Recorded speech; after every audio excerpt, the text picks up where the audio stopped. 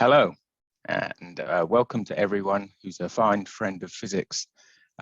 Welcome to the fourth AIP zOOm into physics. My name is Scott Martin, and I'm the New South Wales Chair of the Australian Institute of Physics.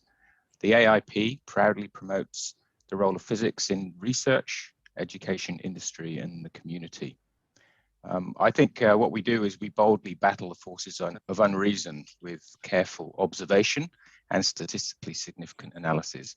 And we also like to have a bit of fun. So I'd like to think in the next 90 minutes we can achieve all of those things and perhaps a lot more besides. We begin by acknowledging the Darug people, who are the traditional custodians of the land in Dee Why, where I'm situated. We pay our respects to our elders, past, present, and emerging, and we especially welcome any First Nations people here tonight. The theme of tonight's discussion revolves around how we can prosper in this land while treading more lightly upon it. And that's, I think, a concept that the Darug people have been practicing right here for thousands of years. So let me tell you a little bit about the event that we're just about to do. It's number 2 of the future of energy, future of power. zOOm into Physics is a roughly monthly, lightly moderated Zoom conversation with our resident panel and special guests. And as in common with nuclear reactors, if you wanted to go gangbusters, you take the moderators right out. So so that's enough about me. Let's meet our panel. So the regular panel, who I often refer to as the OK Zoomers, are a philosopher, Tibor Molnar, an experimentalist, Kirrily, and a theoretician, Geraint Lewis, not Thomas. Nailed it.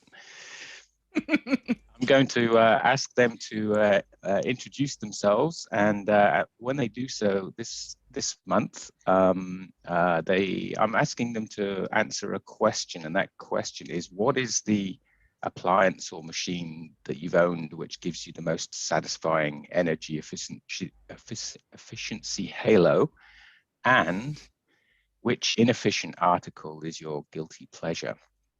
So let's start off with Geraint. Over to you. Tell us a little bit about your background. Okay, so Geraint Lewis. I'm a professor of astrophysics at the University of Sydney, and my research involves studying the dark side of the universe, trying to understand dark matter and dark energy, which are the dominant forms of energy that we have in the universe. I do a lot of my work with regards to supercomputers and theory, and basically building my own model universes to try and work out how our universe actually works. I had to think a lot about your question there, Scott, because maybe it's my frugal Welsh upbringing, but I've never liked wasted energy. I still chase the kids around trying to get them to turn lights off, etc. So I've always been kind of energy efficient. The halo effect, I guess, is my bike.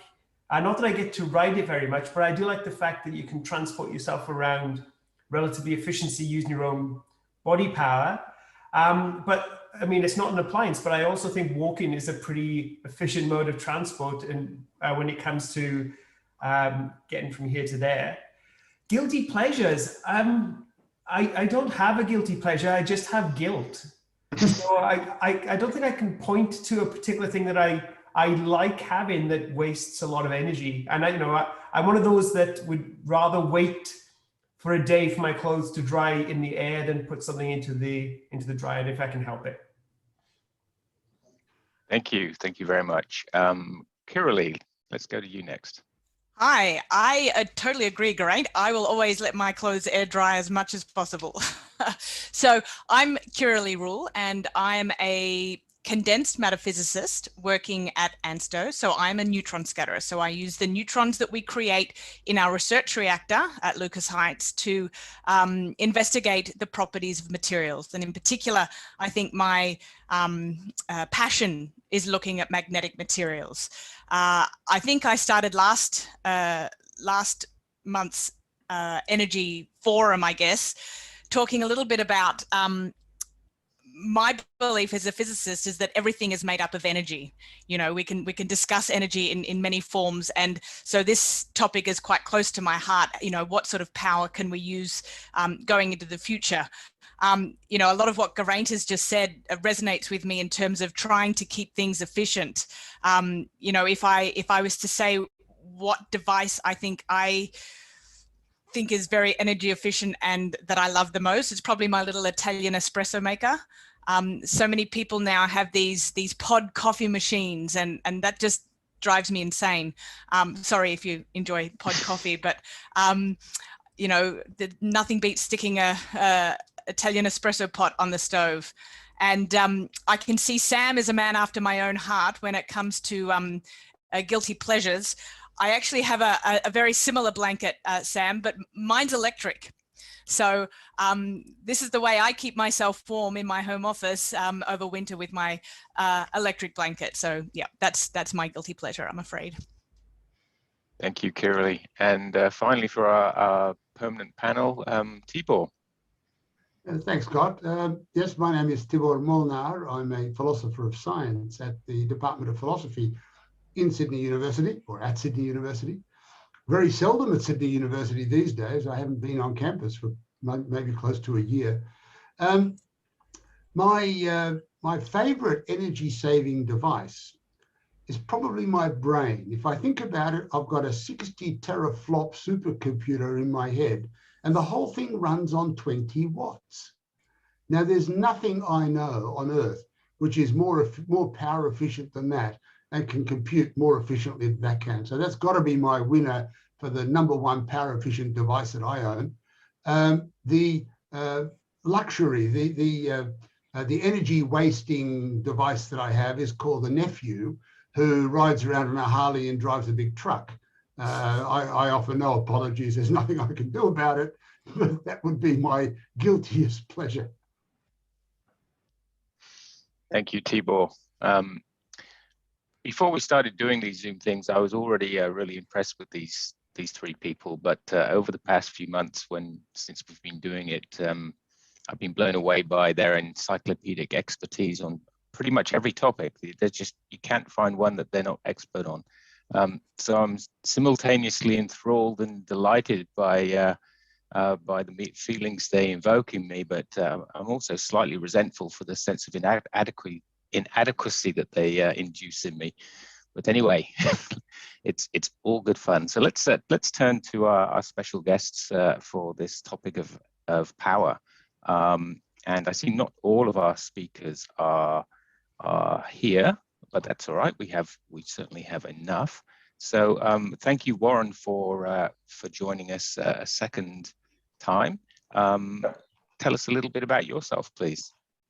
Well, I'm a material scientist, sort of born and bred out of UNSW, I guess, from a scientific point of view. So technically speaking, I'm not a physicist. I don't know if that could be controversial.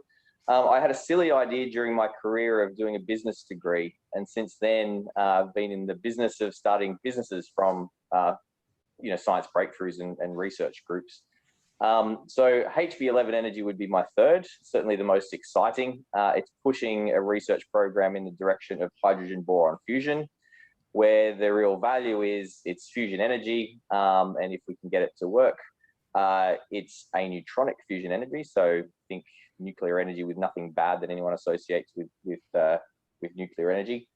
But one of the main differences is we're igniting it with lasers rather than heat, which most other fusion approaches are using. So that's born and bred in Australia, but it is an international research project. That's what I do. And can you do you have answers to the panel question today? So my questions, I have to say probably the most energy efficient thing I think we've got is a bunch of windows in our house. With those windows, we don't need an air conditioner or a heater. It's great. That's a huge energy saving. That probably all gets blown to the wind with my car. It's a forward drive. It goes through, I'll admit, north of 20 litres per 100 kilometres, but it's so much fun going up big rocks.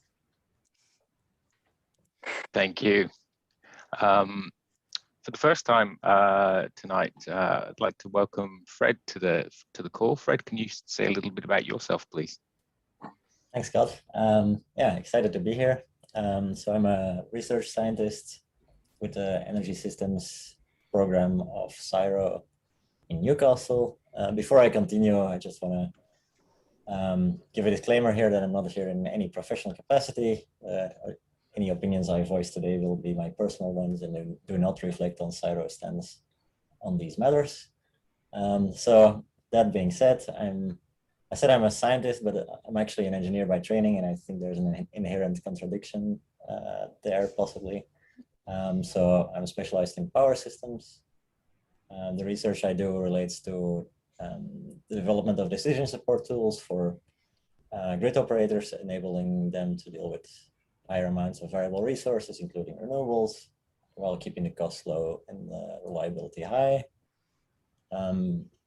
In development of those tools and methods, I use mathematical optimization over the physics of the networks, so I'm very comfortable with that.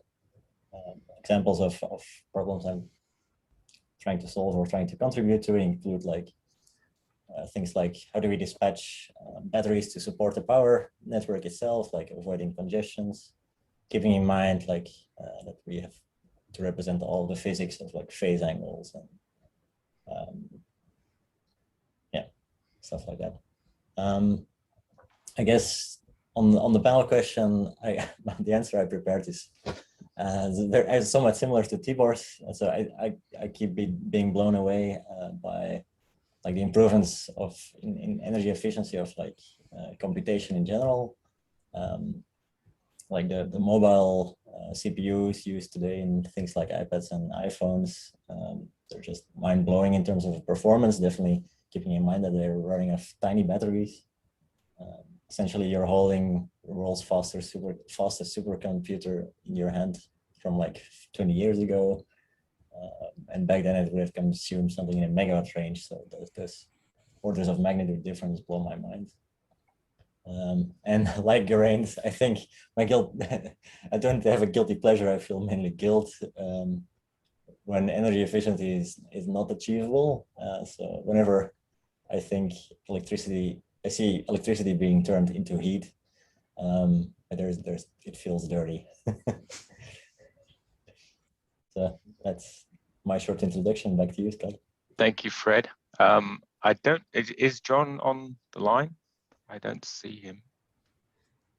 Okay. So finally, let's move to Joe. Would you like to say a little bit about yourself, please, Joe? No problems at all, Scott. Hi, I'm Joe Lackenby. I'm an environmental engineer by training. So my day job is at the multi-purpose reactor at ANSTO, also known as the Opal reactor. It's the reactor that supplies neutrons to Kirrily so that she can do her job. So without me, she couldn't do her job. I'm joking, of course. Oh, that's absolutely true. I rely on you so much, Joe. Now, I'm one of a team of people who helps to keep that reactor running efficiently and effectively to enable the science and the nuclear medicine and all the good things that do come out of ANSTO. Similar to the other speaker, I think it was Fred, anything I say today is in my own capacity. It's nothing, I'm not here representing ANSTO today. I am here representing myself and also the Australian Nuclear Association. So a number of years ago, I became involved in another organisation known as Women in Nuclear Australia, and this is where my interest in energy really began. I became the president of Women in Nuclear Australia, and I was fortunate because I got to travel around to different nuclear power plants around the world and to gain a really good understanding about how nuclear fission works in particular. I have been to a nuclear fusion reactor as well back in the day, and it's really, I guess, educating me on what nuclear energy is, what its potential is, what are some of its benefits and its advantages really are, and some areas that do need some improvement still. So I'm now the president of the Australian Nuclear Association, and I really enjoy this role because I get to talk about nuclear energy with people. And I'm excited to be here. Thank you very much to the Australian Institute of Physics for the invite today. And do you have chosen articles? I struggle with this a little bit. I couldn't think of anything really efficient, but I thought I'd tell a quick story. I was given a secondhand microwave 17 years ago, and it's still going strong. Probably not efficient, but a good use of resources to make the microwave, because it's probably at least 20 years old. It just won't die. In terms of a guilty pleasure, my guilty pleasure device is my washing machine. Not that it's particularly inefficient, but because I'm one of the women in this world who's fortunate enough to be able to wash my clothes with a machine. There's still hundreds of millions of women, in particular, some men, probably even billions of women right now who need to wash their clothes by hand. And I feel a bit guilty about that I live in a society where it's not even a thing we have to worry about anymore. So my washing machine is my guilty pleasure. Thank you. That's a sobering thought. Tonight, so thank you very much, the panel and the guests, for introducing yourselves. Tonight, we're going to continue the discussion about the future of power, and in particular, with the guests tonight, moving on to fission and aspects of the grid, and maybe if we have time, moving on to what Kirrily's exhibiting there, the concentrated solar thermal. Last session we talked about laser boron fusion and hydrogen, and so I wondered if there were any questions or comments arising from that discussion anyone wanted to raise before we get stuck into tonight's. Well, as the resident philosopher, I guess it's my job to ask all the annoying questions. So let me start with one. It does relate to nuclear energy in the sense that, as I understand it, all the nuclear energy that we get is binding energy from the nuclei of atoms. We pull out the binding energy from atoms one way or the other way. One we call fusion, the other one we call fission. I understand all that. What I'd like to ask is something a little bit more general. I'd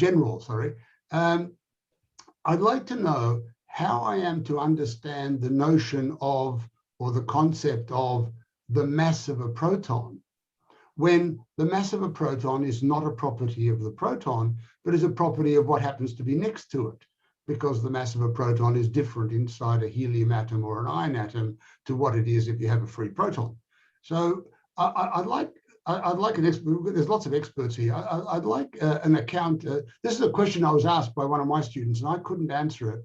I'd like to know what I'm supposed to understand by the concept of mass if the mass of an object is not a property of the object, in the case of a proton. Right. Can I answer that one? So I'm going to say to you, Tibor, that you're incorrect. A proton mass is exactly the same inside an atom as outside an atom. What you need to take into account is the binding energy. So it's not the mass of the individual protons that change, but it's the fact that their situation has changed and their binding energy has changed.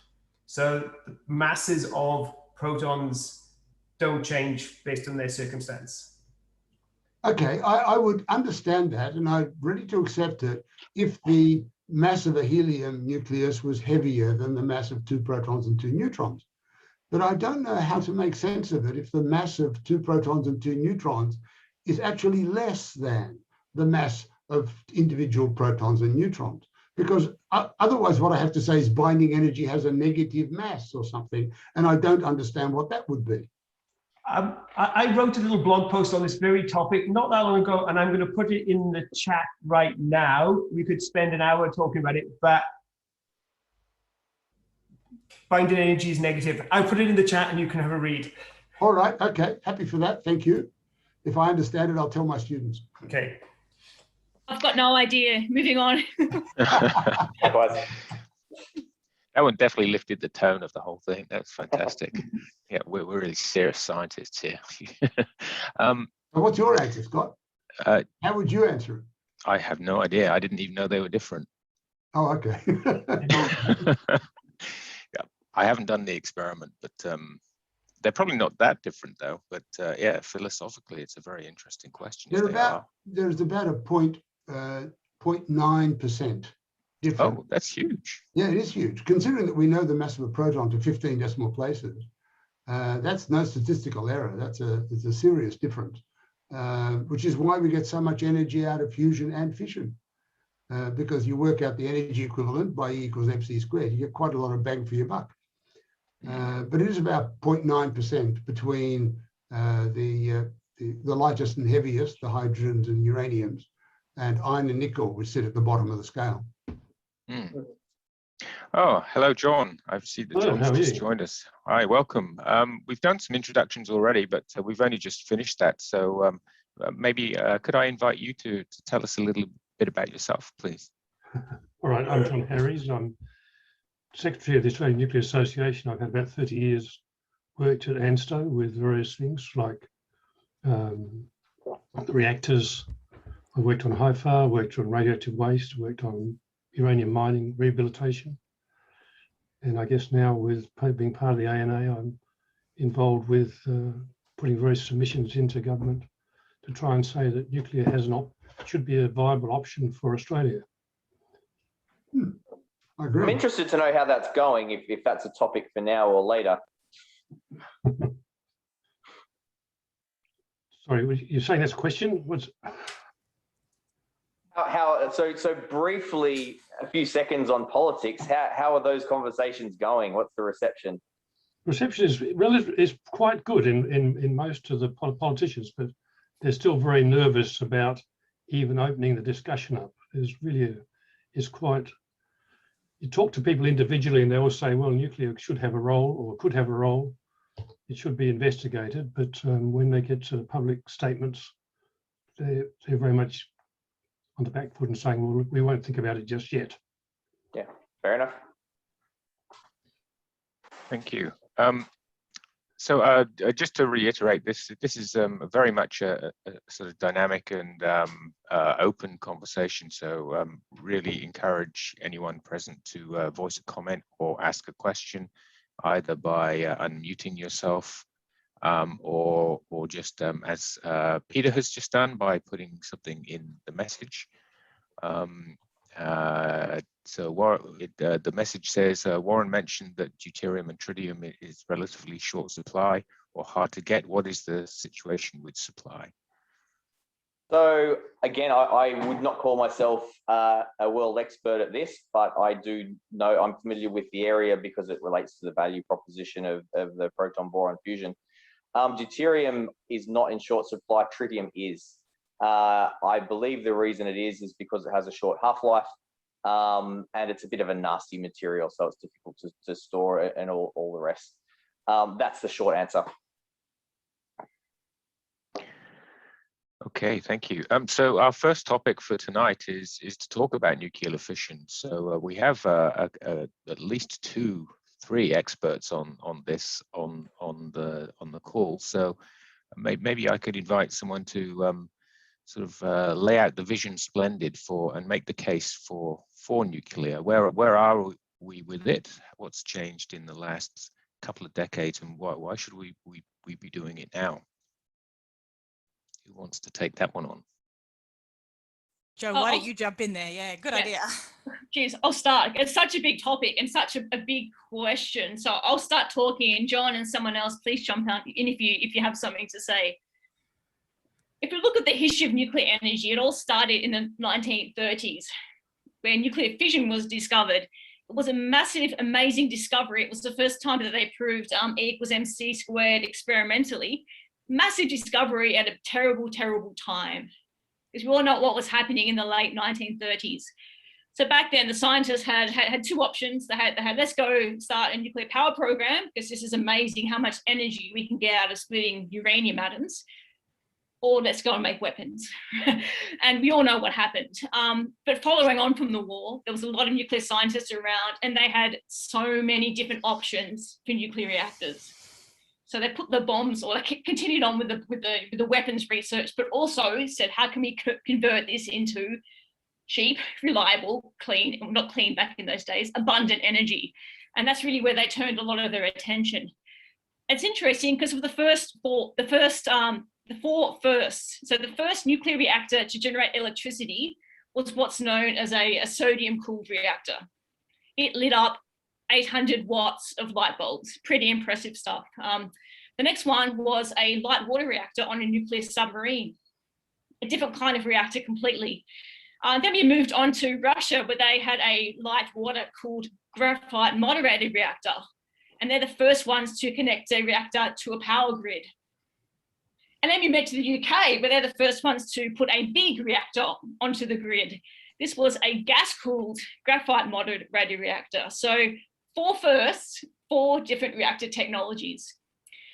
What happened was, back in the 60s and 70s, the light water reactors, which many of you may be aware of, they're the most common reactors today, pressurized water reactors or boiling water reactors. They became the technology of choice in many parts of the world. And this is largely because the US Navy decided to use them on their aircraft carriers and their subs. So the US Navy really got in there and developed this technology.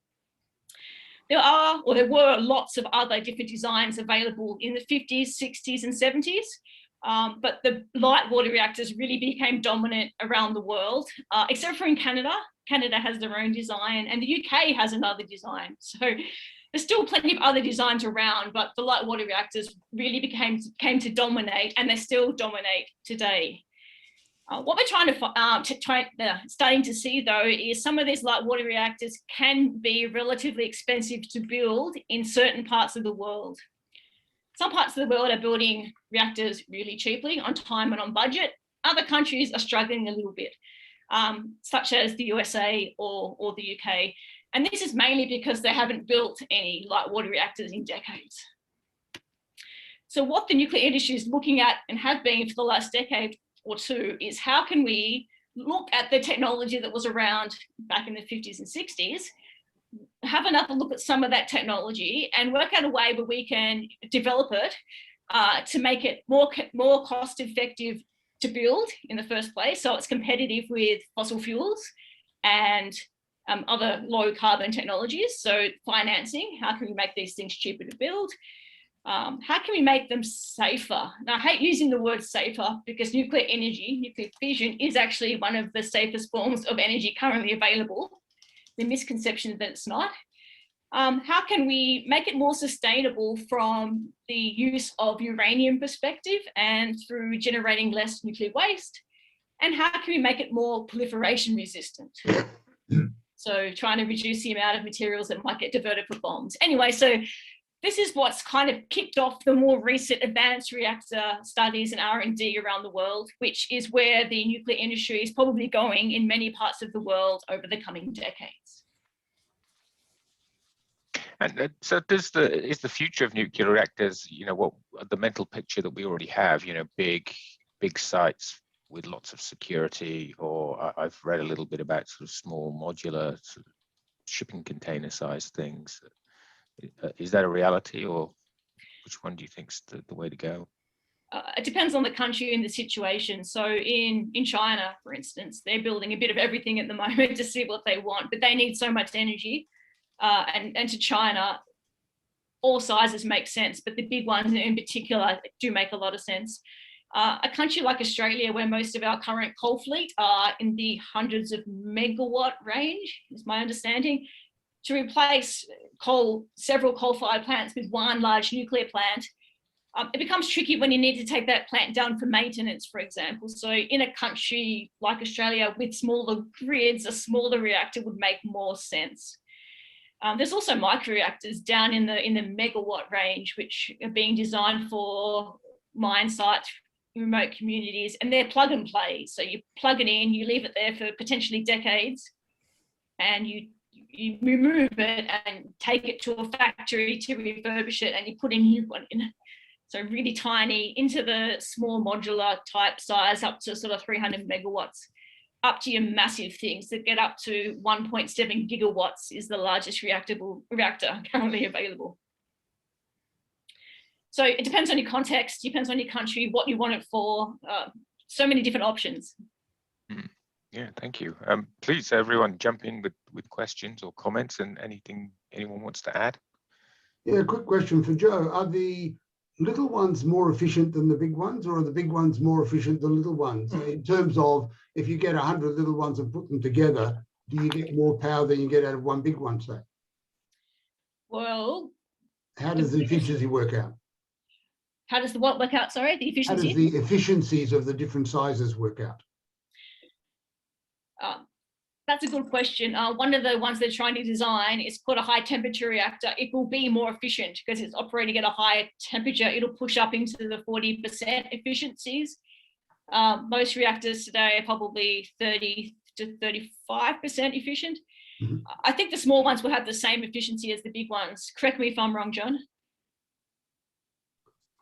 We'll be talking light water to light water reactors. I don't think there's much change in efficiency, but certain designs are more efficient than others.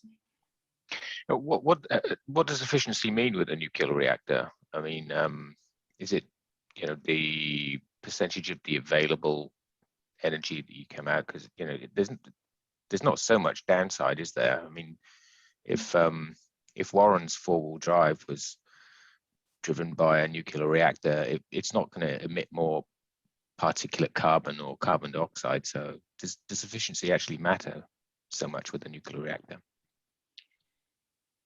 I guess for efficiency, for me, it's the ability to turn thermal power into electrical power. So the efficiency of a standard nuclear reactor, we might say that they're 1,000 megawatts electric. They're actually 3,000 megawatts of heat is what they're generating, and only approximately 1/3 is actually getting generated, getting converted to electricity. I think that's how I understand efficiency. Yeah, I mean, it's efficiency of the steam cycle. I suppose that a nuclear power plant is the same as a coal plant in it. It produces heat, and most of the nuclear plants around the world have about a 30% efficiency of converting the heat into electricity. Some of the high temperature reactors are more efficient because their steam cycle is so much better. So if you increase the temperature in the core, because you've got the special, you know, you're using a liquid fuel or you're using different sorts of fuel, then you get higher efficiency into converting the heat into steam. I have a comment on this. So I didn't mention this yet, but I grew up in Belgium, which is, at least for power, heavily nuclear based, although they decided to close the nuclear power plants somewhere in the next 10 years and switch to gas power, which is a bit sad. But there is a comment on energy efficiency, which I think is somewhat important in a lot of regions around the world. And like the water use, the amount of water needed to cool the power plants does matter a lot. And so from that perspective, efficiency can give you an advantage because you need to negotiate typically with governments, like what the maximum outlet temperature is for your water, and obviously the higher the efficiency of your plant, the less problems you'll have in summer, when like actually often nuclear power plants need to be curtailed due to hot summers and the lack of sufficient. Look, I'm not sure how often that really happens. Really, it's the same as coal plants. Coal plants are just the same. Sure. Yeah, sure. You put a nuclear plant in place of a coal plant, you'll be using the same amounts of water and having the same temperature water going in the output. And you've got to presumably organise it so the environmental controls are the right, so the temperature that you're releasing water at meets the conditions. Really, I don't think nuclear, from that point of view, is very different than coal. No, it absolutely is not. The good news is Belgium doesn't have coal anymore, so. Yeah, but you've got gas, and really, there's a lot of arguments whether gas is any better than coal.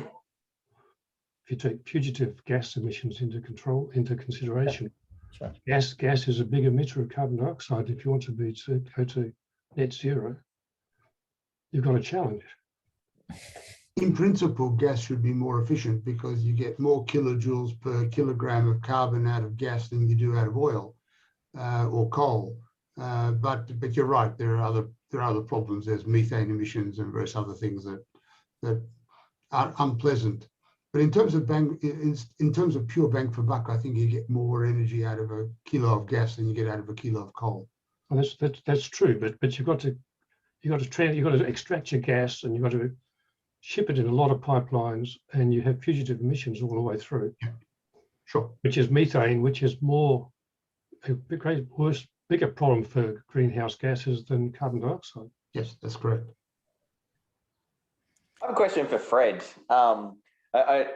Digging into the economics of power plants, obviously from my perspective in the context of fusion, but looking at it globally, seeing some statistics about the amount of investment into energy infrastructure in the world. Of all of it, a third of it is the grid. Does that mean, so how does that fit in the efficiency problem? And I guess going back to Scott's original question, big power plants versus small modular reactors, I figured a lot of the justification for the small modular reactors is this third of your power bill that you might be paying, for grid infrastructure from a very centralized big power plant might change if you scatter smaller plants throughout the grid. But I really don't know that much about the grid. Fred. That's a big question. So as a whole, the grid itself is a very, very efficient piece of infrastructure. Like things like large scale power transformers have like 4 nines of efficiency. Overhead lines and cables, like their losses are generally quite limited, although obviously at peak times when you're transporting power over large distances, obviously it can go up quite a bit, but it's a techno-economic trade-off more than an efficiency trade-off. In general, the rule for using the network most efficiently is like is essentially like don't use it unless you need to. So if it's possible to put your generation assets close to your load centers, then that's an advantage for the efficiency of the network because there's just less power to transport. Yeah. Obviously, rooftop solar there is an example, but also, there's a lot of like economic pressures in the other way just as well. Like if you can build much larger solar or wind farms out in convenient locations, then okay, let's just dimension the network to support it. But speaking of economic pressures,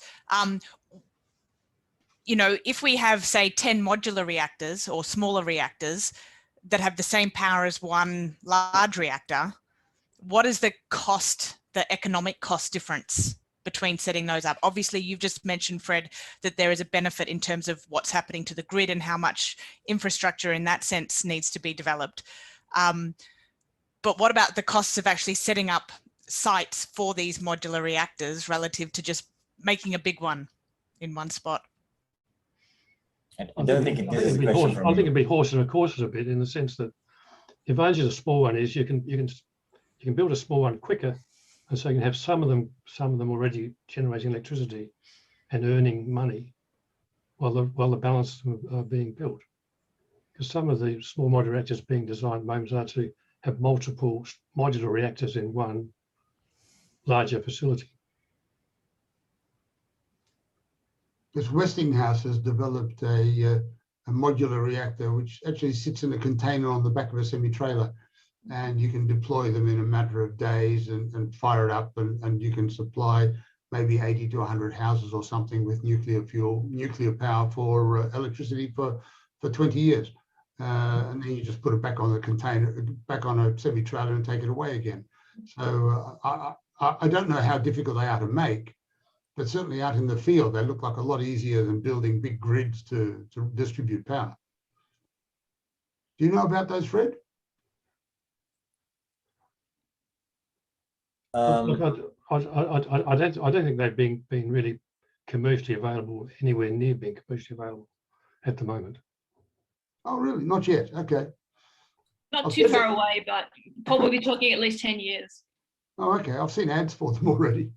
Oh, maybe I'm wrong. To answer your question, Kirrily, though, the first nuclear reactor to build in any country is always going to cost the most. It's going to take the most time. The second one will be quicker and faster. And by the 10th one, much cheaper than the first one that you build, because you've kind of developed that knowledge base and the supply chain to be able to build them. So one of the benefits of nuclear energy really is their ability to operate continuously for months or years at a time. So the world record for nuclear power was broken recently. A reactor in Canada went to 1,050 plus days of continuous operation.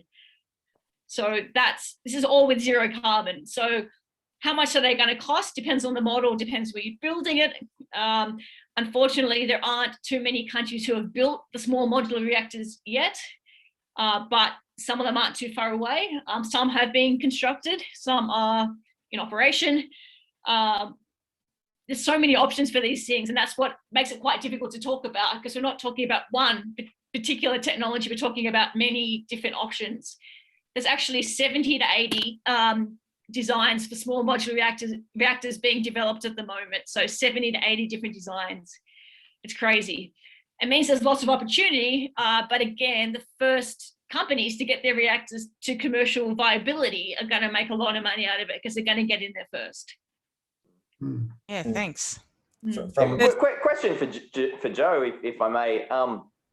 Had an interesting conversation with some people from the US Defense Force research agencies this week.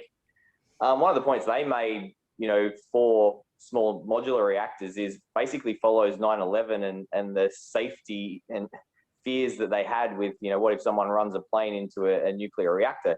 But maybe that's not as big a risk if you have a lot of small modular reactors. Is that a significant effect in your opinion? If a plane runs into a nuclear reactor, the plane will explode and there'll be oil everywhere that'll catch fire. A lot of the nuclear reactors are actually designed for plane crashes. I don't know what size plane though. So small modular reactors, one of their benefits is they want to put some of them underground. So as soon as you put something underground, then the whole plane crash scenario kind of disappears because the plane's crashing into the ground and not into the reactor. Cool, thank you. And not the benefit of small modular reactors is that they're being designed such as if there is an accident, the emergency planning zone around the reactor is much smaller than it would be for a bigger reactor. So in some countries right now, the emergency planning zone for their larger reactors can be up to, I think it's 10 miles in diameter, so in radius from the plant. Small modular reactors, emergency planning zones will be the fence line of the facility, of the land which houses the reactor. So if you're living right next door, something does go wrong, there's no need for any kind of emergency countermeasures outside that site. I think it's worth mentioning from the network reliability perspective, there are some potential advantages to modular reactors, as long as they're lower power than the old ones. A lot of the managing the reliability of the power system has to do with the N-1 criterion. So we have to be able to lose any generator and any transformer, any line at any instant in time without ending up in a contingency situation. So voltages and currents can change, but they need to still be within their expected ranges when something like that happens. And obviously, like the biggest reactor the biggest generator in your power network really has a strong impact on the reliability of your system, and it imposes some limitations on like what you can reasonably do. I think Fred, the size of the Australian grid is such that there's limited to the size of reactor or single generator you can put in, unlike in lots of overseas countries where there's a lot of bigger networks which will take much bigger units. But the other thing is, what's being built around the world at the moment are these larger reactors, 1,000 megawatts and 1,600 megawatts. There's a large number under construction. So what will suit Australia? We might be more aiming at a 600 megawatts, or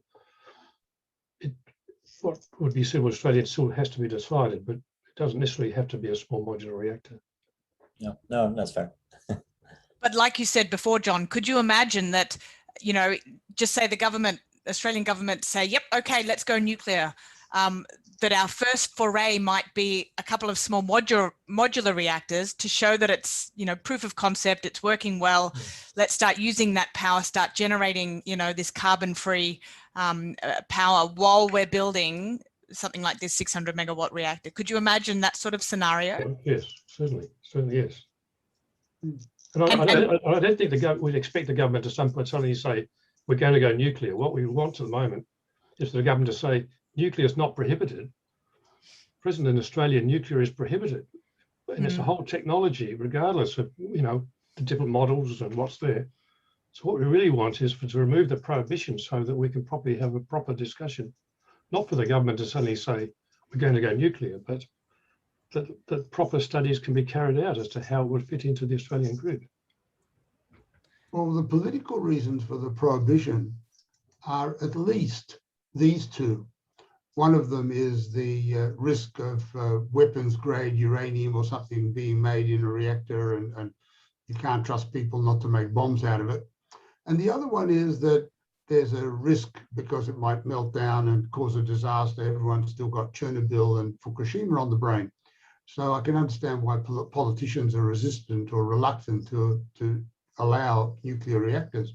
And their resistance, I think, was a reaction to those things. What can we do as scientists to demonstrate to the government that neither of those risks are actually a risk? Can we produce reactors? Can we make reactors that don't allow us to make weapons-grade uranium? And can we build reactors that don't run any kind of risk with melting down? I know that we can do, I think, thorium reactor. We can have subcritical reactors that don't melt down. I understand we can do that. But what can we do to put their minds at ease? Because then they might be a little bit less reluctant to approach nuclear power.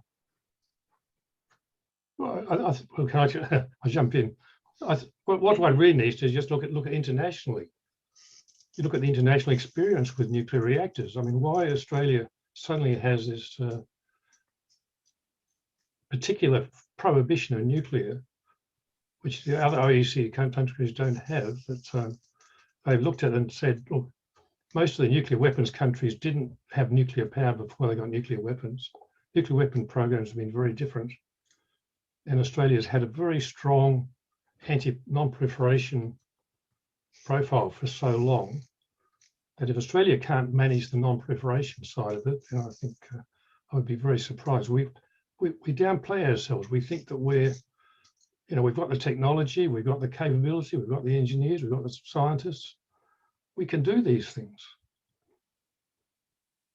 So that's the primary question, so the non-proliferation. There have been a couple of questions in the chat about the legacy of the nuclear waste and the decommissioning. What sort of problem is that these days? When it comes to paying for waste and decommissioning, what a lot of the sort of Western countries do is charge a small fee in the price of electricity that they're selling. So in the US, for example, there's a big fund, which is the accumulation of all the money from selling electricity, and is a massive multi-tens of billions of dollar fund for the storage of waste in the US. Same things happens in Europe. So you pay for the decommissioning and for the waste management through charging a small fee as part of the cost of electricity. And that's how Australia, I take it, would do it if we went down this path. And what happens is are they creating like nuclear dumps in places or repositories where everything sits for ad infinitum? Again, it depends what country you're in. So the country that's leading the underground deep geological repository is leading that particular path is Finland. They're constructing their facility right now. Sweden isn't too far behind either. So that's the route Sweden and Finland are taking to put their used nuclear fuel underground. If I was the supreme leader of the world, which I am not, I would encourage them not to do that. And I would look at the generation 4 reactors that are coming up in the next, hopefully 10 to 20 years or so, which you can actually take that waste and use it as fuel again. So recycling of waste is what I would encourage. And that's what I'm hoping other countries that are currently just storing their used fuel at their reactor sites will hopefully do one day. At the moment, when you have a nuclear reactor, you're only using a very small percentage of the energy content in your fuel. It's something like it's way less than 10%. And you've got this used nuclear fuel, highly radioactive, but contains so much energy still. And there are technologies being developed to recycle those components that are useful, so that you can reduce the waste length from tens of thousands of years down to 300 years. that's my ultimate dream. So waste at the moment, is it a problem? Very small volumes, very well managed. It's the only kind of energy generation that we currently have where all the waste is actually managed completely. And people might not like the fact that it is so long-lived, but it's literally destroying itself with time. Yeah, it's a very good point. Having ridden my motorbike across the sort of remote places of Australia, which is geologically very, very stable, you know, I mean, you could hide a lot of stuff out there when no one would know about it. And to me, it's a very good solution. Unpalatable for a lot of people, but you know, I mean, what harm would it do? I've had conversations with geologists basically along the lines of Australia would have some of the best long-term storage geology in the world. A lot of the uranium which is sold overseas from Australia has been mined at Olympic Dam, and that ore body was formed something like 1 billion years ago and hasn't moved since. So really, if you put, and that was radioactive, of course. Uranium is a long-term radioactive element, naturally recurring. In fact, if you put the spent fuel back into that same spot with a similar background, then it's very, very secure. So this issue with the cost of regulation and expertise and the proliferation of different designs, that to me seems like the showstopper. I mean, it's the fact that everyone who wants to get into nuclear power has to sort of make their own reactor. I mean, I certainly wouldn't have a car if I had to make my own car. So is it possible that I know we bought the Opal reactor from Argentina, but we still need to get a local expertise to run it and, you know, make sure it's safe and everything like that. But is there any capacity for us to sort of buy one in that's, you know, largely built rather than the sort of IKEA solution? Look, I think it's inevitable that we're going to build a reactor, have a reactor which is an overseas design, been licensed overseas, but then having to undergo a regulatory process in Australia. But it will be designed from an overseas reactor, either, you know, US or Europe or North Korea, South Korea. Sorry, I shouldn't say North Korea, South Korea. Really. But it's, you know, one needs a regulatory system, and very much so, of our own. Could they ever get, I mean, if they were shipping container size, I mean, I'm thinking about the analogy of the South Australia's Tesla battery, you know, I mean, we just sort of placed the order and it arrived and we plugged it in. Is something akin to that ever possible with nuclear? Yeah, they're called nuclear batteries and they are in development. You might get them into the tens of megawatt range, so very relatively low power, but the idea being that you can plug and play them. But I think even if we had a big reactor, we would be buying an overseas design from a vendor, just the same. You'd find out Westinghouse or one of the other companies, the South Korean company, and you buy a reactor, but then you would have to prove that this reactor was safe and had a safety case for your particular site. I think this is what the Brits have just done, right? Hinkley Point is being built by the French. So I think Britain just didn't want to build a power station, so they just brought in the French to do it for them.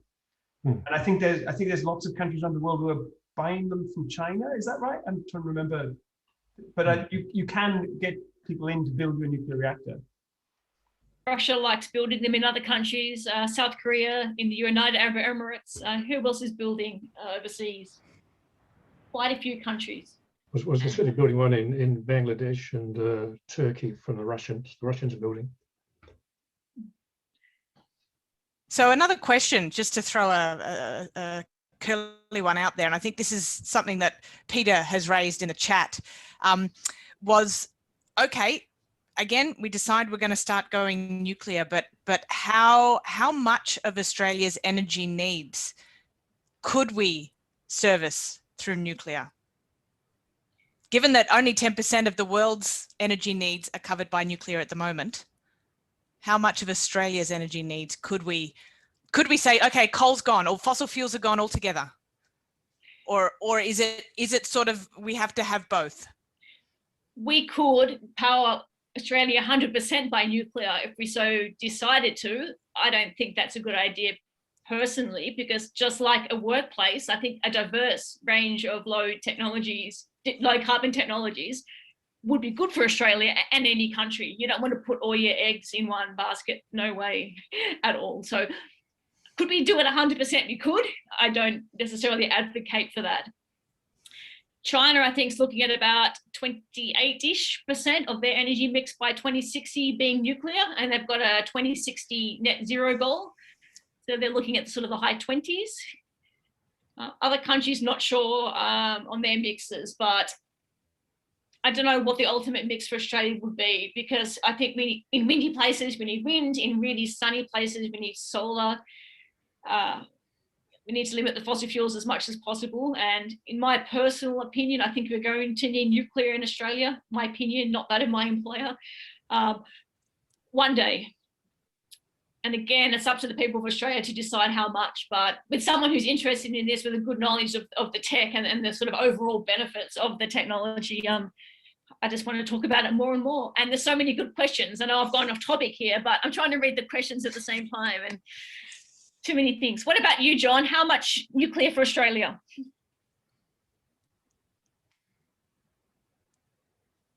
I think it's very hard to put an estimate in. I think we're really saying, you know, going to net zero is a hard task. It's a very hard task. And I don't think any of the countries around the world are actually seriously looking at how they're actually going to achieve it, although they're promising it. And I think we're going to need all the zero carbon technologies that we can use, and they've all got to work together. It means we're going to have solar, we're going to have wind, we're going to have hydro, we're going to have waste, we're going to have nuclear. And unfortunately, I think if we have too much wind and solar, we're going to have a lot of gas as well. And I don't know how we're going to get around that, but that's something for the grid people to balance. Well, that's a very good segue. It's probably about time we started talking about the grid. I'm looking at the moment just on the grid. I live in a unit block, and you know, if I didn't live in a unit block and I had my own house, I'd be slapping the solar on the roof like I would have done it a couple of years ago when I moved in. When I looked into what was available for unit blocks, it all comes down to the distribution and whether you're setting yourself up as a utility and how you share it and where the money flows and where the electricity flows. In fact, I was looking at it this weekend, and I found for the first time a company in Melbourne that will actually do it for you. So you know, I'm pitching that to the Strata committee already, but it's a very good example of where a really good solution is being obstructed by sort of like artificial constructs. So, Fred, can you tell us a little bit about, you know, that sort of thing and how you see the future of the grid and how it's going to enable, or where it may be problematic in addressing some of these problems? Okay. That's a lot to unpack. The power grid has been, I mean, power generation and distribution has been around for 120 years or something like that, globally. It's been a amazingly reliable and energy efficient technology, and like, despite being so old, and there's reasons that it has worked for so long, and that is because like there's lots of design principles which date back to then. Like essentially it's a system operating largely on distributed control, so that parts of the network can independently find a stable way to operate. So a lot of the rules and regulations, which sometimes are very unintuitive, stem back from those design principles, which I think we don't really want to break. Don't want to break with, because they've worked so well and they've made the system what it is today. When they are being broken, they sometimes also lead to significant challenges where we're seeing like contingency situations which we weren't really considering, just because some technologies essentially break some of these design rules. I guess there's lots of I mean, given it's also very heavily, I mean, it's an important infrastructure to enable any kind of an economic activity, so that makes, again, the risk tolerance very, very low.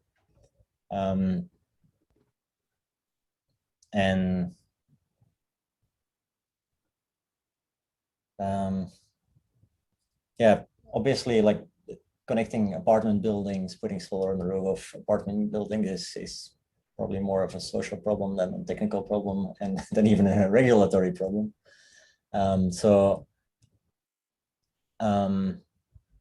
Yeah, finding ways to deal with that probably comes down to dealing with the social side of it and making sure like benefits and costs are well divided across those involved. I think the discussion is also entering how we deal with distribution networks, like making sure that there's equal access to power, but also to give people relevant ability to sell energy to the network with their solar rooftop installations. So, Fred, is the grid actually evolving, would you say? I mean, it's I think most people on this call would have well, maybe I should speak just for myself, have a very simplistic view of how it works. I'm sure it's extremely complicated, but is there a proliferation of smartness these days that helps it operate? Not as much as I hope there would be. It's a slowly evolving system, but yeah, there's obviously we're dealing with more renewables than ever before, and like operational paradigms by the independent system operator have definitely been adapted to deal with like the higher amount of variability in the flows in the network due to things like solar and wind. In terms of smartness, I think there's a tension field there, and again, the social acceptance is critical. People, I generally believe that people want comfort first, and if the smartness helps them to get more comfort, and they'll happily get it. But just getting some technology in your home just to support the grid, it's probably not really that interesting. To give an example here, obviously there is interest in electric cars, and I think they're generally a good thing. And then in research, the topic of vehicle to grid is quite popular and comes up a lot of the time, but it's a very hard sell, like even for a dealership, right?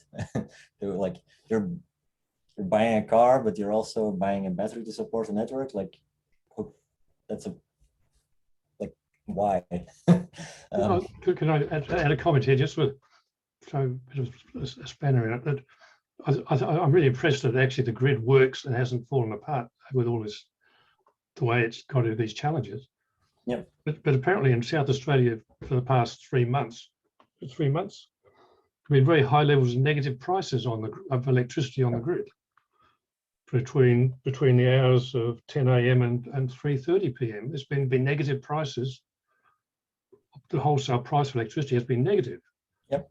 Now that's not much of an opportunity for adding more solar to the system if you're going to only make money if you're subsidized. I don't really want to enter in discussion of the subsidies, but yeah, it's fair. The negative prices to some extent can come from historical subsidies, but they've gone away for quite a while now. But a lot of negative prices, in my experience, are driven by inflexible classical generation much more than by solar PV, because they prefer to ride out some negative price dip as long as they have some reasonable chance of capturing positive prices before and after those time slots, because they're pretty slow to turn off and on. Renewables, at least the ones that don't have subsidies, will curtail when there's negative prices, just because there is no point. Well, here's another question for you then, Fred. Should we be pushing upgrades of the grid, or should we be pushing more for people to have storage solutions like batteries? I guess, like many many engineering questions, it's answered by a combination of both. I'm a power engineer, and I'm definitely on the side of like we need more network infrastructure, not less, for a whole bunch of reasons. But yeah, storage is absolutely complementary. Like the way I think of power transmission and distribution is it's a complementary service absolutely to storage, because the network allows you to balance supply and demand in space, whereas storage allows you to balance supply and demand in time, right? These are fundamentally orthogonal aspects to these kinds of technologies, and that's why they complement each other very well. But there's obviously some effects where, like, the bigger your network is, the bigger essentially you also get this balancing in time effect, mainly because, like, with things like solar, there's a time difference between the East Coast and the West Coast of like 2 hours and 40 minutes, something like that. So we could capture that by investing in network across the outback, essentially, right? So it buys you 2 hours and 40 minutes of solar time in the morning, where you can export from the East Coast to the West Coast, and another 2 hours 40 in the evening. I follow a podcast called Now You Know, and it's a couple of it's a father and son fanboy for Tesla and Elon Musk, and they have some really interesting chats on there. They do it for like about an hour a week, but they were talking a lot about whether Tesla is migrating towards becoming a power company, and that they will actually, you could sell back your Tesla car to them when you're not using it as a sort of a network attached battery, and obviously they already have the power wall, and the concept of a virtual power station, by bringing all of these things together. I mean, I value your thoughts on the viability of that and whether it's as good as the hype. I think virtual power plants are being offered as commercial solutions these days. So there's definitely lots of value in like bringing together a pool of power assets to deliver a combination of services to the network, and while minimizing your bill at the same time. So I think it's a really great thing that we have these kinds of solutions, and that companies develop these commercially. Coming back to using batteries to support the network, like I'm not personally really convinced on vehicle to grids, mainly because like Tesla has never been hiding that they're, by the way, that they're trying to be an energy company. If you look at what their CTO has been saying for the last 10 years. Anyway, the thing that Tesla also did announce earlier this year or at the end of last year is like they're actually starting to diversify their battery chemistry across their different cars and the value propositions that those cars have. So they're trying to optimize further and further to fine-tune the chemistry for the performance, comfort, lifetime that people expect from those vehicles. And I'm sure that just as well applies to batteries to support the network. So if anything, you'll try to be even more aggressive in cutting costs, because precisely it's a service, not a lifestyle product. So from that perspective, I'm not personally a very big believer. And yeah, the potential advantages of not having to tow a car around and not having to design a mechanical structure to support batteries for grid support is a huge advantage. Also, like cars are, I mean, an obvious critical design difference is that cars are essentially designed to supply full power for 5 to 10 seconds. Whereas for the network, you want to charge and discharge the cycles counted in hours, not seconds. So, yeah, big believer in batteries for the network to fill in like short-term storage needs. I think for long-term storage, batteries don't make that much sense, at least not lithium-ion. But yeah, I can be proven wrong. If they find a real business model and find a way to communicate to end consumers, like this is the value that vehicle to grid can bring you, and there are opportunities. It's also interesting to note that like already the communication of the car manufacturers is somewhat changing with the Ford F-150 lighting that was announced earlier this year for the US, a big pickup truck, our fully electric version. Ford was absolutely heavily stressing that you can use this to power your house. So that's more of a vehicle to home concept where like the car represents an emergency supply of power, whether you're camping or whether like there's a temporary blackout, which involves your home. Fred, a side question. What technologies are in the pipeline for improving the existing grid? I'm thinking of like superconducting wires or wireless transmissions or who knows what else. I don't know what possibilities there are, but are there some interesting technologies in the pipeline for changing the way the grid itself works today? Yeah, I think in Europe there's lots of, in the last 15 years, there has been lots of investment in high voltage DC connections between different parts of Europe. So historically, the war of the currents was won by AC because of its ability to easily convert between different voltage levels, and being able to convert between voltage levels is key to obtaining highly efficient grids, which can be operated as a single system instead of a set of distributed systems. So DC has some inherent advantages in terms of efficiency because there's fewer time varying components.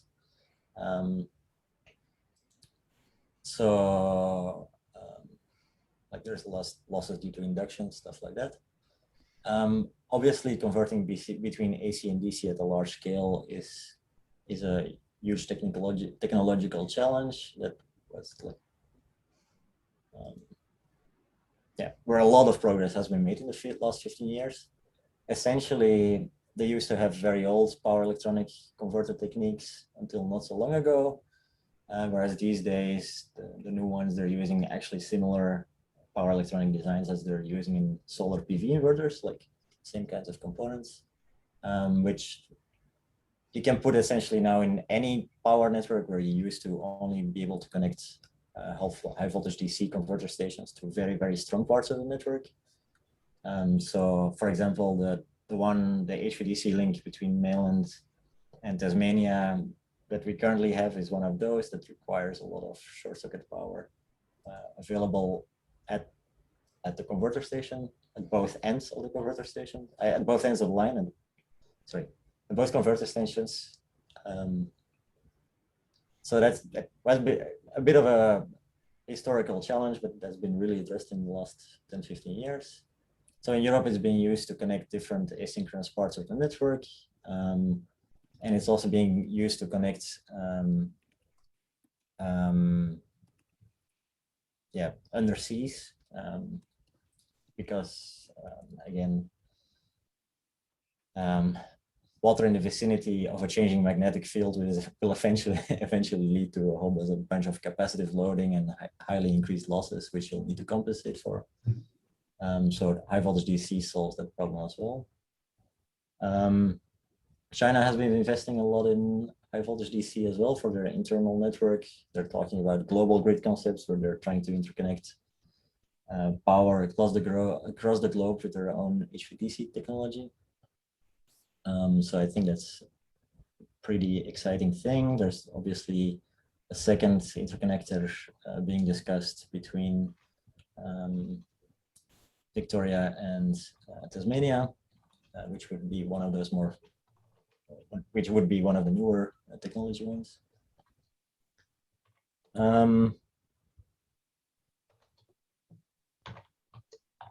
What else is worth mentioning? I think one of the things that's also changing and where Australia is somewhat pushing the envelope is like being able to simulate a network at larger and larger scales. Like we need to understand the behavior of the network very well to deal with all of these rapidly varying sources of power. We have to better understand how protection systems behave when things go wrong, and because we've got these new resources which can actually react very, very fast, there's also new effects in terms of like dealing with contingencies which we have to take a look at. I think AEMO is the Australian energy market operator is doing great work there, pushing the envelope of what is needed in terms of like analyzing, understanding, simulating the network. So that's. Did you see the evolution of like the microgrids and communities that are only either completely disconnected from the grid or just have a really small connection to the grid? Yeah, there are different drivers playing there. So yeah, in terms of connecting large industry and keeping power reliable and inexpensive, like I think grids are a crucial aspect. At the same time, because of regulation and companies being very slow in adapting their business models, there may be actually use cases when disconnecting from the network ends up being cheaper for you if you live remotely than keeping the connection to the network. Like in New Zealand, there's examples of distribution network companies actively supporting like remote farmers to stop supplying power to them. So they will build a system for you with batteries, a diesel generator, and solar panels. They're responsible for filling up the diesel, but other than that, they will essentially ask similar prices as they were asking with an actual power connection to the home. But now they don't have to maintain that part of the network, which can be a huge cost saver for them. And in the end, the same quality of supply can be delivered using microgrid technologies.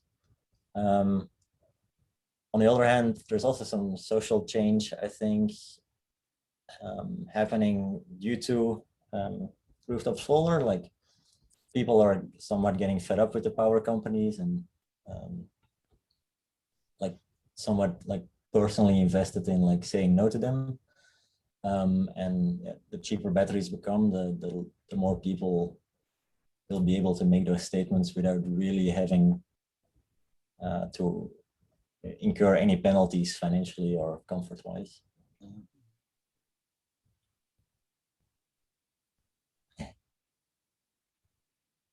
Thank you. We're actually already rapidly approaching 9:30. I can't believe it. But are there any other questions that people want to raise or topics people want to raise very briefly, Jern, before we start to wrap things up? Well, both in the chat and elsewhere, the questions of thorium reactors has been raised. So maybe we can talk briefly about thorium.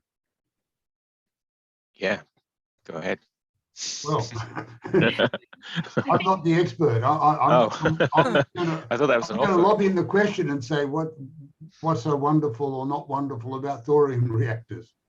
I think to understand thorium, you need to understand uranium. So uranium exists in nature in two main forms. You probably all know this anyway. Uranium-235, about 0.7% of the uranium, and uranium-238, about 99.3%. Mm-hmm. So thorium's just like that uranium-238. It's fertile, it's not fissile.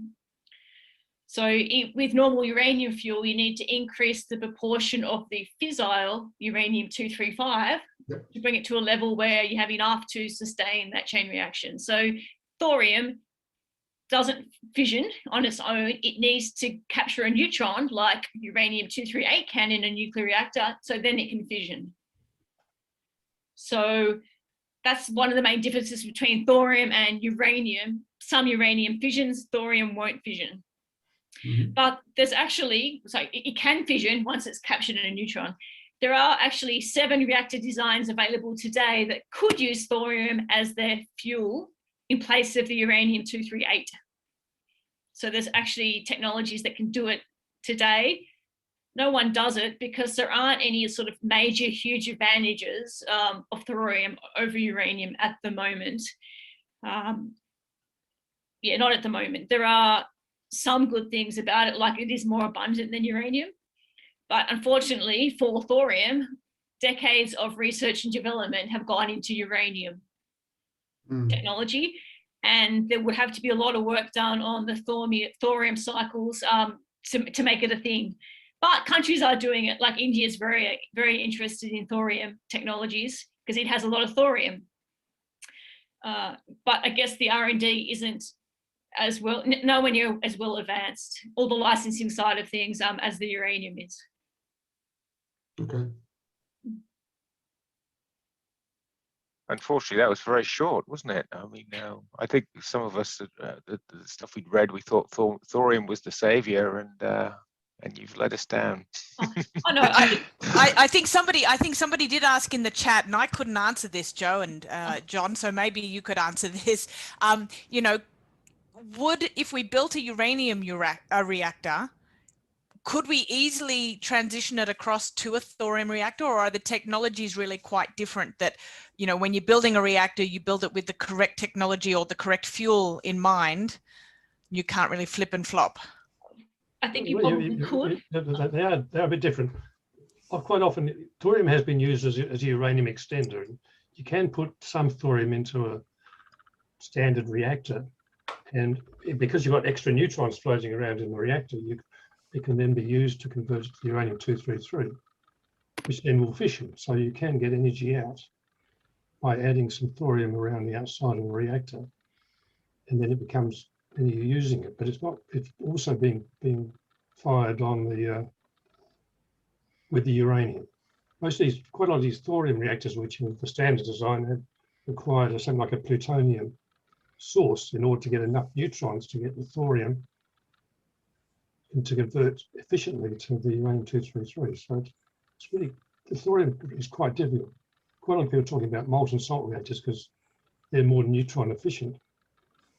But so far, all the molten salt reactors have been very small, and there's still quite a lot of technical issues with molten salt. But there's no reason why the world couldn't do it if it chose to put the effort into making it happen. There's just no emphasis right now because uranium is abundant and cheap. I was the one that asked this question because often the political thing is that, you know, if we're going to make a large reactor, it's going to take 10 or 15 years. But then with the advances, I'm listening to you know, what Warren's been pointing out about fusion. What happens if those in 10 or 15 years, those things become available, and we've spent all our time doing this old-time reactor type thing, you see. Now Kirrily has answered me and said, well, you know, let's try it all. But it would be good, of course, if you planned one reactor, a standard one, that could be modified easily to take on thorium, because we have lots of thorium here, and both the Chinese and the Indians are working on it. So it's not like, and it seems to be a bit more feasible than fusion in the short term. So I was thinking that, you know, if you just kind of future-proofed your plans about the reactor, then you'd be, it'd be a wise move. And also I put all this other stuff in that if you have a center that deals with industries that need intense heat or deal with heat, then you can play one off with the other, and you'll need computing for all of this. And so you could have a big, if you have a big data warehouse, which all the computing and like all Bitcoins and that are just sucking energy out of the world. If you had them close, and then that excess heat goes in to turbocharge the thing. But also, I'm also interested in high temperature incineration, because we also have waste problems. And I've seen one overseas, and I thought it was the Swedish one. It was really well kind of organized. And I thought that if you had all of these things in one center, then you can control the heat and the energy, and also the flow of economics, because you can farm out these other industries to then invest while you build your reactor. So it was just a mad idea. So I thought I'd put it all together in one. So yeah. It's true that there are a lot of industries that do need high temperatures, and if we're getting that from reactors, fabulous, or burning waste, that sounds like a good idea to me, as long as you can capture all those nasties in the waste. That's right. Well, that's the whole idea, is that you heat things up so hot that they just, they just sort of kind of split everything up, and it's all the toxics go, So it's, it is safer to do it at very high temperatures. Yeah. I think Western Australia just this week announced a couple of waste operations for incinerating waste and taking power out of it. Oh, that's good. That's good. Yeah. I mean, traditionally also Australia in the 1960s stopped the nuclear program. It was under the McMahon government that stopped the nuclear program because it was too expensive. That was the main reason. And then, of course, if you've got a country that's got a lot of coal and a big coal industry, then of course we're not going to go nuclear, So, and the other thing that happened in the 60s, of course, that we were going to have the peaceful use of nuclear energy, where we were going to nuclear weapons, and where we were going to blow up a channel off Western Australian coast at Cape Canaveral in order for big ships to come in and get stuff from the mining industry. And this was to flow on from Project Plowshare in America, where they blew up things and did geo-mining with nuclear power. And of course, it stopped, not because of any real political things, but because the Japanese company that was promoting it decided it was too expensive. So it's interesting that economics sometimes overruns all the kind of moral arguments and things that we've had about technology. Mm. And I think, given that we're a little bit over, I think that's probably where we'll have to leave it. Look, it's been a fascinating conversation yet again. Yeah. So I would like to thank our regular panel, Tibor, Kirrily, and Geraint, and a very, very big thank you to our special guests today, Warren, Fred, John, and Joe. We will be back here again on Wednesday, the 25th of August. So look out for that. We haven't decided a topic. Well, maybe we haven't finished power yet, but we'll see. We'll have a chat and look out for what the topic will be next time. But thank you very much for your participation, and as always, a very enjoyable conversation. And take care, and hopefully see you next time. Thank you all. Thank you. Thank you. Thanks, See guys. you. Cheers.